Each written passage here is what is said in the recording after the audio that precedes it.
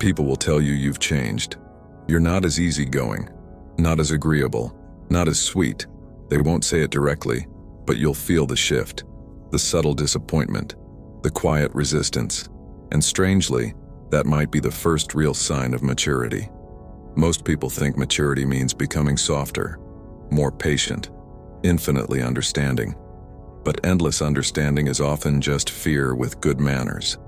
There was a version of you that survived by staying pleasant, by absorbing tension, by over-apologizing, by taking responsibility for emotions that were never yours. You called it kindness, but it was self-erasure. Real maturity begins when you can tolerate being disliked, when you stop editing your personality to avoid friction, when you allow a little aggression to exist without panicking about your image.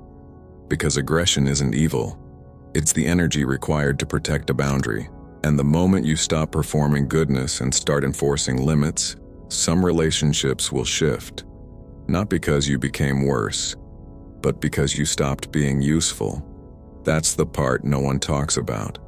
Some people were comfortable with the version of you that had no edges. When you grow them, you don't just gain strength, you lose access. Access to rooms that only welcomed your compliance. Maturity isn't becoming nicer, it's becoming solid enough to disappoint people without collapsing. And if they say you're not as easygoing as before, they're probably right. You finally stopped bending.